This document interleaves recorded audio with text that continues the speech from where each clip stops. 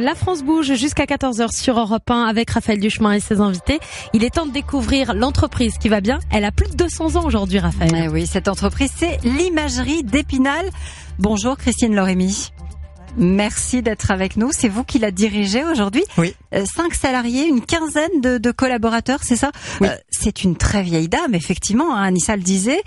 1796. Mais je crois que si on regarde vraiment dans les archives, on trouve sa trace dès 1735. Voilà, c'est parti du mythe de l'image d'Épinal. En fait, elle a plusieurs dates de naissance, une espèce de phénix aussi de renaissance. Oui, c'est vrai que c'est 1735. À l'époque, elle faisait des dominos de papier peint. Elle battait la carte à jouer. Elle a eu plusieurs vies, plusieurs activités. C'est une entreprise qui...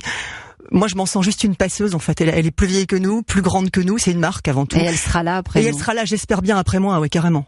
Alors justement, vous arrivez dans l'aventure. Racontez-moi, comment ça se passe? Parce que vous avez travaillé à la Poste, vous avez travaillé pour vente privée, ouais. Vous avez monté votre cabinet de conseil en stratégie, puis un beau jour, vous visitez l'écomusée, parce qu'à l'époque, c'était un écomusée d'Épinal. Et là, qu'est-ce qui se passe? Vous tombez sous le charme? Là, c'est un truc pas rationnel. Alors, contrairement à mes camarades d'avant, moi, j'ai pas choisi ça. J'ai une carrière plutôt pas entrepreneur, en fait, salarié. En France, c'est compliqué, on a des cases. Vous choisissez d'être entrepreneur ou salarié. Donc, moi, j'avais plutôt choisi la case salarié. Et à 40 ans, il m'est arrivé un truc bizarre, une midlife crisis, comme on dit en français. J'ai eu envie de tout plaquer et d'essayer de monter ma propre entreprise. À cette occasion-là, je travaillais pour des fonds d'investissement, plutôt des fonds privés. Et je suis allée en Lorraine pour auditer une boîte. Et pour m'occuper l'après-midi, on m'a fait visiter l'imagerie d'Épinal. Et là, il s'est passé un truc. Ouais, enfin, c'est un truc dingue. C'est qu'en fait, vous avez l'impression de visiter Charlie à la chocolaterie, sauf que Charlie s'est tiré, en fait, il reste que la chocolaterie. Et là, il y a des machines anciennes, un peu dingues, un peu folles, un musée.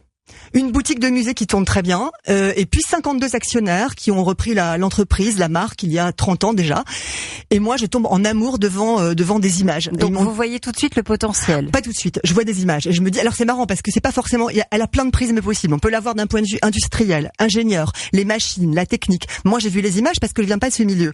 Et du coup, j'ai dit, mais c'est très beau ces images. Et là, le monsieur qui me faisait visiter m'a dit, vous voulez voir les archives? Il y en a plein des vieilles images en haut. Et là, on est monté dans les archives, dans les greniers du bâtiment qui date du 19e. Et là, les portes se sont ouvertes.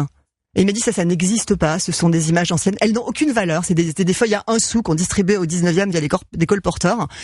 Et là, je vois des trucs dingues, des décors de théâtre du 19e, des abécédaires, des animaux fantastiques, la vision de la France sur le Moyen-Orient, sur la Chine, sur l'Asie. Et je lui dis, mais c'est fou, c'est magnifique. Et là, il me regarde et me dit, oui, peut-être, mais ça n'a pas de valeur. Il me dit, mais vous aimez les vieilleries? Je vais vous montrer la cave.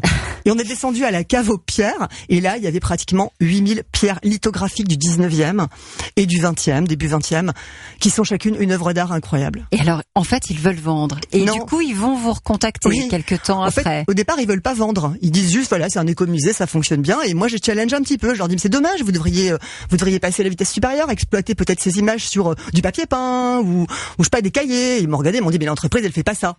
Alors du coup, ça sert à rien de changer, en fait. Il y a aussi ça, c'est pourquoi vous voulez changer.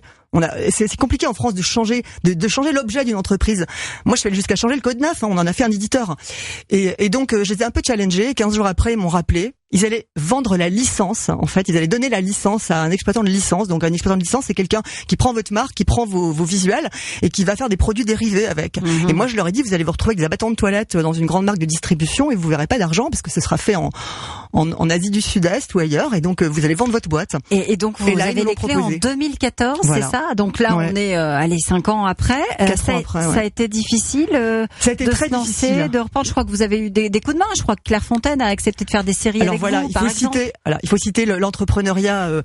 Je veux dire les gens qui vous aident, en fait, sont pas forcément les banquiers, etc. C'est aussi les autres entrepreneurs. Et moi, je voudrais saluer Guillaume Nuss, qui est le patron de Clairefontaine, qui est une très grande boîte, qui est une très grosse entreprise, voilà, et qui a accepté de faire pour l'imagerie d'Épinal des toutes petites séries de cahiers, de carnets très haut de gamme. C'est pas leur fonds de commerce. Ils ont pas gagné d'argent avec nous avec ça. Par contre, ça m'a permis de remettre le pied à l'étrier de produits, on va dire, dérivés de nos images. Et puis après, il y a tous les autres entrepreneurs avec qui je travaille aujourd'hui, qui m'ont aidé à fabriquer du papier peint, du tissu d'ameublement. Oui, parce que vous avez développé aujourd'hui, il y a plein de nouveautés. Une question peut-être de notre coach. Frédéric?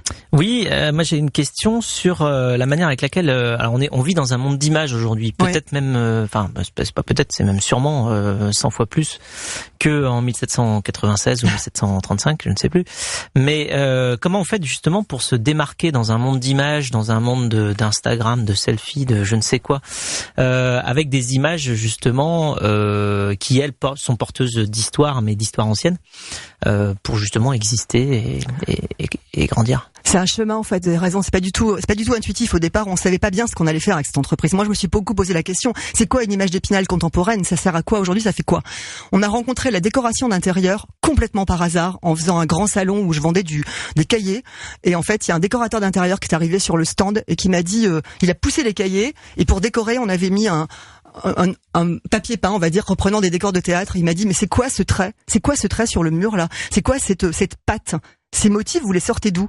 C'est du papier peint? J'ai dit oui, c'est du papier peint. Ah donc vous vendez du papier peint? Et là vous regardez le gars, vous avez 3 secondes pour dire oui, bien sûr, je vends du papier peint. Vous savez même pas comment on fait du papier peint au départ. Et 10 minutes après, il y a un gars qui vous demande est-ce que vous faites du tissu d'ameublement qui va avec ce papier peint? Vous dites bien sûr, j'en fais. Et vous ne savez pas non plus comment on fait. Mais du coup, ce que j'ai compris là, c'est que ce qui avait de la valeur dans l'imagerie d'Épinal, c'est ces images, ces motifs qui sont juste incroyables et qui ont tous une histoire. C'est-à-dire que chaque image a une histoire propre. Et donc, quand je vends un papier peint à un hôtel, puisque c'est aujourd'hui ce qu'on fait, on vend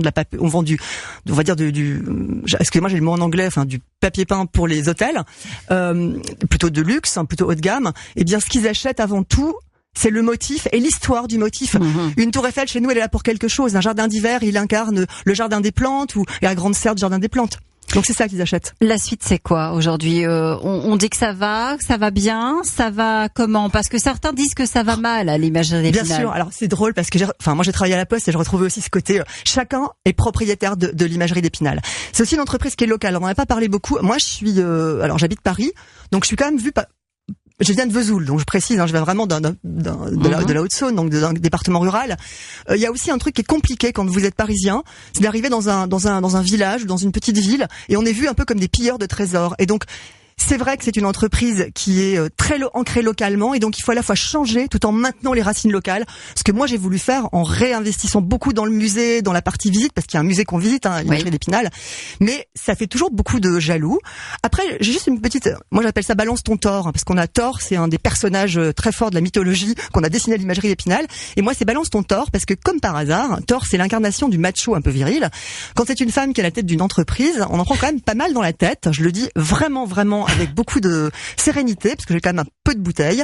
Et ça, c'est vraiment quelque chose qui est compliqué. On pose des questions à une femme qu'on ne poserait jamais à un homme lorsqu'elle est chef d'entreprise. Le message est passé. Merci d'avoir été avec nous pour nous parler de l'imagerie d'Épinal. C'est l'entreprise qui va bien. Merci.